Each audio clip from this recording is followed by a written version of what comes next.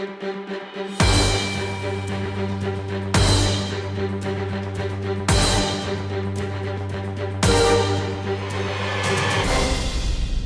everyone and welcome to a brand new video.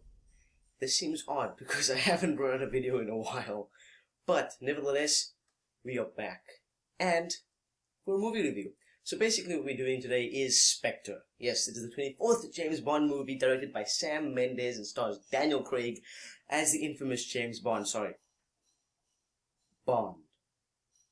James Bond. Yeah, I can't do it. This movie had a lot of things going for me because I'm a huge Bond fan. And that can distract me from being a fanboy. So I had to divide myself up, take everything in, and be like, you know what? You can do it. You can give an honest opinion to you, the viewers. But anyway, walking into this movie, I had high expectations. I had a lot of feelings inside me. I needed this movie to be great. I needed it to be another Skyfall. Because after Quantum of Solace, well, we don't speak about Quantum of Solace.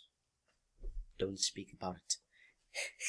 This movie is set almost directly after the events of Skyfall. The old MI6 building is still trashed and M is dead, obviously. The movie starts off with a tracking shot in Mexico, and I tell you, everyone says this, but I can tell you, it's true. When you watch this movie, and you see the opening tracking shot, this is how you're going to react.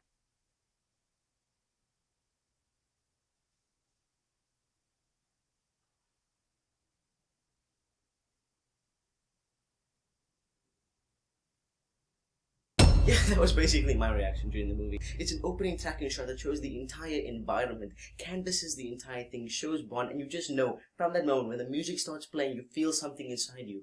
You feel the 12-year-old, you feel the 50-year-old, you feel the 80-year-old man or woman inside you go, and you're like, this is James Bond. And it just makes sense. There are a few things I want to talk about. One, the Bond, obviously Daniel Craig's performance. Two, the villain. And three, the Bond girl. Starting off, we have James Bond. Daniel Craig is phenomenal as James Bond. From the minute Casino Royale opened and we saw his performance, we knew this was a gem.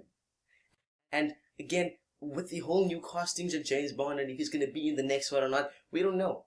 But we'll have to see what time brings us. But if Daniel Craig comes back for another one, I'm not complaining. Anyway, his performance of James Bond is much, much different from that of Skyfall and Casino Royale. As you can see in Casino Royale, he was more rugged and action, explosions, dirty, fight. Now he's more polished. He's more Connery, Roger Moore style. He's more walk-in smooth, jacket buttons, everything. Or more Bond polished. Moving on to the Bond girl. Léa Seydoux. I'm sorry if I butchered her name. I don't know how to pronounce those names. But she was good as the Bond girl. I mean, I have no complaints. She wasn't the best Bond girl. But she was good. I mean, I liked her performance. She was sexy. She was pretty. She was kick-ass. And she proved to be a good Bond girl. That wasn't the highlight of the movie for me, but I enjoyed her performance. Moving on, we have Christoph Waltz as Ernst Blofeld. He's amazing. He is Blofeld. He pays homage to the role, and he's amazing. Amazing. It was me, James, the author of all your pain. That's my Christoph Waltz impression. Not that good.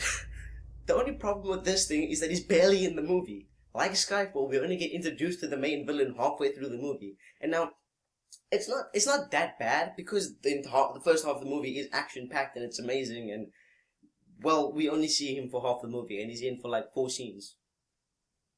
When he is in, though, that is amazing. You're on the edge of your seat, you think, oh my god, this is what a Bond villain is like. Same thing for Skyfall. Silva was amazing. Javier Bardem did an amazing job also, but again, the thing that prevents this movie from thriving even more than it does is that the villains are too little in the movie. Moving on, we have the cinematography. Now, we all know Sam Mendes makes beautiful looking films. Skyfall was amazing from the China scene. I mean, look at this picture. I mean, look at this. This is what it looked like. I mean, how does he do this? The cinematographer, I forgot his name. I will hopefully put it up on the screen right now. But that cinematographer is amazing. Dave Bautista.